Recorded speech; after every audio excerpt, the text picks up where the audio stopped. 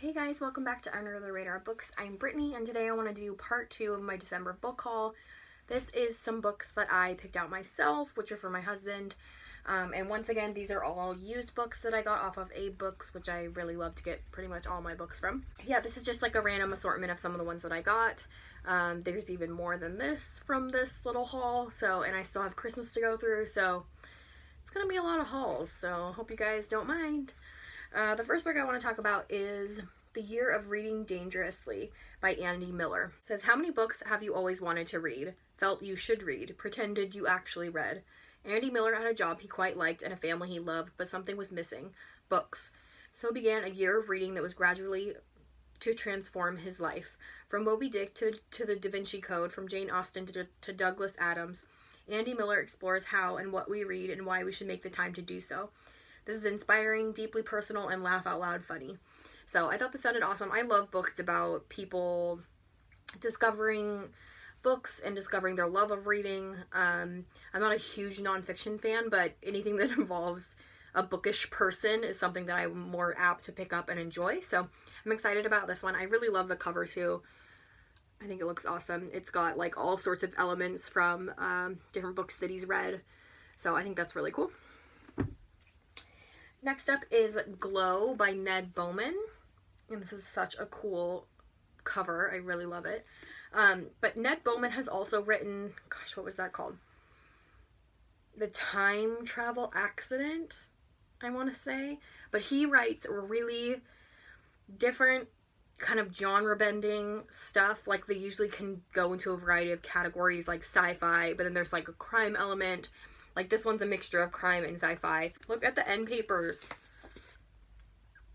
Amazing. Oh, it doesn't say that much on the blurb. It just talks about how the protagonist is a young boy who is super intelligent, and this is considered a conspiracy thriller. So I believe it's in kind of like a dystopian society or a futuristic society, and it follows this young man, and it's almost a combination of coming of age as well as a mystery kind of thriller. So I've heard good things about it. I'm really interested to get to it, and I couldn't resist the cover. Next up is one that I honestly don't know that much about. It's been on my Goodreads wish list for quite a while, and so when I stumbled across it for a really good deal, I picked it up, and that is Revenge of the Mooncake Vixen by Marilyn Chin, and this is a manifesto in 41 tales. Doesn't say much, but another freaking amazing cover. It says, Revenge of the Mooncake Vixen is the story of the sisters, their grandma, a lot of animals, and one trusty meat cleaver. It's also a doorway into their universe, a place that's very much real but always tinged with the topsy-turvy perspective of an ancient Buddhist wisdom.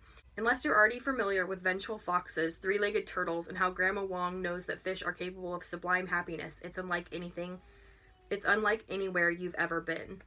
So that sounds awesome. I'm really intrigued by this one. I'm super excited to get to it, and it's definitely one that I don't think I've heard anybody talk about on BookTube, so I will let you guys know how it goes. Next up is The World Before Us by Ashlyn Hunter. So this jumps in between a variety of time periods. It follows a woman who is in an asylum in 1877, as well as a young woman who is babysitting, and she actually loses the girl that she's babysitting. So somehow in her later years, the babysitter, she winds up finding out more information about this asylum, about this house that she lived in, and how all of those things might be connected. So it sounds really gothic and haunting and like a perfect read for me. Those are my favorite kind of books, so I am super excited to get to this one. Next is The Looking Glass House by Vanessa Tate, and this follows a young woman who becomes a governess, and she falls in love with this man who one day tells her the story of Alice in Wonderland, and I believe that it's set in the time when Alice Liddell was actually alive, and that plays into it somehow, but I'm not sure how exactly. So it sounds really interesting. It follows, I don't know if Alice is one of the girls that the main character is the governess for, or if she'll just come along in the story somehow, but I haven't heard too much about it. But I love Alice in Wonderland. It's one of my favorite books ever, and so when I saw this, I knew I wanted to give it a try. Next up is The Watchers by Neil Spring, and I recently read Ghost Hunters by him when I was in Europe this summer, and I really liked it. It was super gothic and kind of, it was really compelling, but it was also a slow novel, like a slow burn of a novel, which I really, really liked. And this sounds pretty up the same kind of theme. It says, you can run from the past, but you cannot escape the Watchers. It says, 1977, the Havens in Wales. My name is Robert Wildling. Since childhood, I've been running from my parents' deaths, from my grandfather and his fantastical omens about fires in the sky, from what happened at Broadhaven. But now my memories have returned to haunt me. In the Ministry of Defense Room 800, I met the man who keeps the nation's secrets, who wants me to investigate the sighting of Broadhaven, the ghostly figures, the lights from the other world. I know it is my duty to expose the truth behind the happenings, even if it will be dangerous, even though I may not live to tell the tale. I know it is my duty, but I am afraid. I know the Watchers will be watching for me there. So that sounds creepy and compelling, and I'm so there for it. So the last book I want to talk about in this part of the haul is Beside Myself by Anne Morgan, and this is a thriller that involves twins.